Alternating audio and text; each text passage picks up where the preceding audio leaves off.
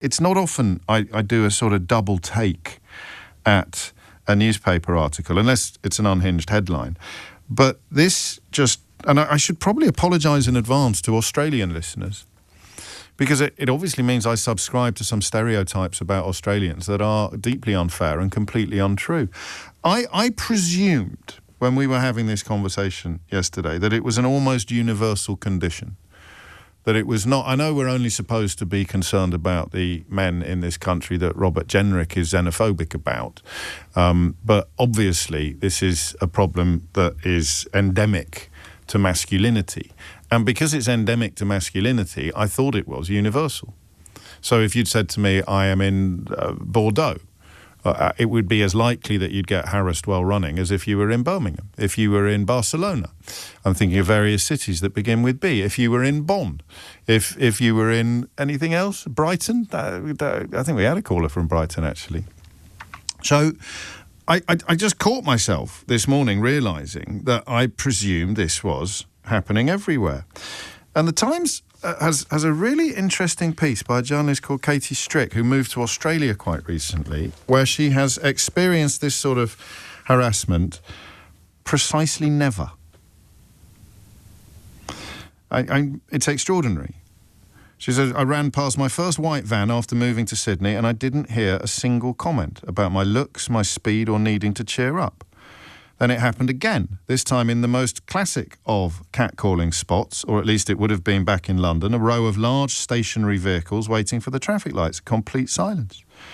For my third run, I did something I'd rarely felt brave enough to do back in my days running the circumference of Clapham Common. I wore shorts, still nothing. I was almost offended, that's obviously tongue-in-cheek, but you begin to wonder whether it's personal or whether it's actually cultural. In Australia, and listen, the plural of anecdote is not data, but she's raised these observations with a mixture of expats and Aussies, all in their 20s and 30s, and they all reported that they never get harassed while out running. They can be carefree in short shorts and sports bras, learning that they didn't need to tense up anymore whenever a large vehicle came past. And Australian boyfriends of British girls were very surprised to hear about what experiences happened to them at home. Again, I've apologised to my Australian listeners. Brisbane, Birkenhead, Belfast. Thank you, everybody, for sending in cities that begin with B. And it prompts this question. What is it about British culture, exactly, that seems to have allowed behaviour like this to become the accepted norm? And Spain is cited as well. In Spain, whether it's because of Catholic culture, and they introduced a law in 2022, but so did the French, and the French law hasn't really worked. You're much more likely to experience this sort of behaviour in France than you are in other European cities.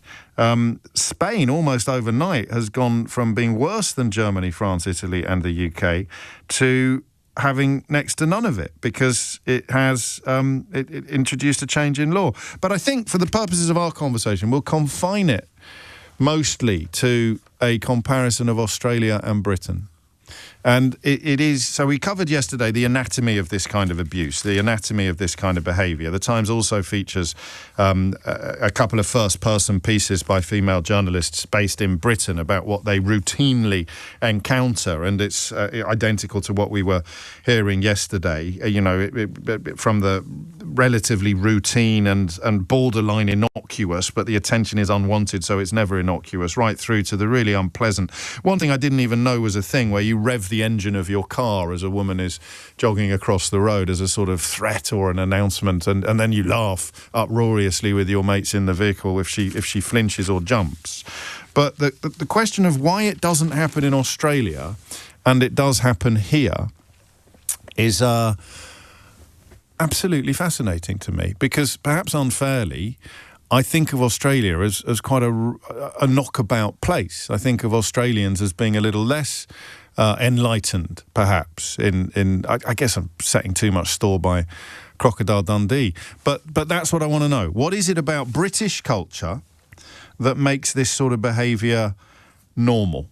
an accepted norm, specifically about British culture, because we have so much in common with our Australian cousins that this one really sticks out like a sore thumb.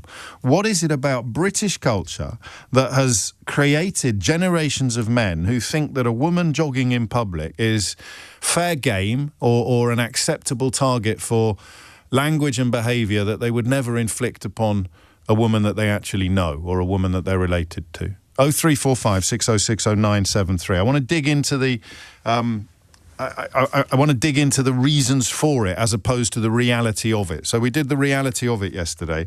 Today, the reasons for it. And it would seem from this article that it is not unique but peculiar to Britain, that Britain has a particularly difficult relationship with men harassing female joggers and female runners. Why? Because if it never ever happens in Australia, that means we can easily create a culture in which it would never ever happen here. Or if not easily, then it is achievable. I think I felt yesterday that it was a bit like trying to climb Mount Everest or turn an oil tanker around. I got a few messages saying the only way you're ever going to do this is by asking men what they can do to stop men from behaving like this. And I think that's probably true, but I thought it was an unachievable goal. I thought it was an unattainable ideal, the idea that you could actually wipe out this sort of behaviour entirely, which is why this morning when I read this article in the Times about Australia, not about a country that we don't know much about or a country that we don't have much connection with, and Australia gets more or less the same telly that we get as well, which I think is also pertinent because you can't blame it all on Benny Hill. Australia, it never ever happens, and here it happens all the flipping time. 80 or 90% of women reporting that it happens to them not just occasionally but routinely. And I want you to tell me why you think that is. Why would Britain be a particularly unpleasant hotbed of men harassing women when they are out jogging or exercising, with this extraordinary condition that in Australia it never happens at all? I suppose in some ways the most pertinent contribution will be from people who've got a foot in both cultures. But I don't think you need to be. You could have a foot only in one culture. You could explain to me why Australian men do not do this. In fact, let's make that question too. Why do Australian men not harass women in public when they're out jogging? Why do British men do it more than almost anybody else in the world? 0345 6060 973. And how can one, i.e. us, learn from the other, i.e. the Aussies, in order to create a country in which women can go about their exercise unmolested, unharassed and uninsulted? And listen, I'm not having it. You can't. My inbox is pinging with Benny Hills and Carry On films, but they will be as familiar to an Australian television viewer as they are to a British television viewer. What is it about this country, about the United Kingdom, that makes this behaviour, that has allowed this sort of behaviour to become the norm?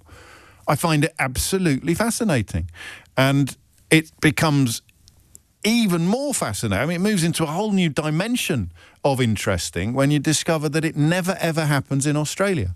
I'm equally interested, actually, in these two questions. Why does it never happen in Australia? 0345 6060 973. And why does it happen so much here?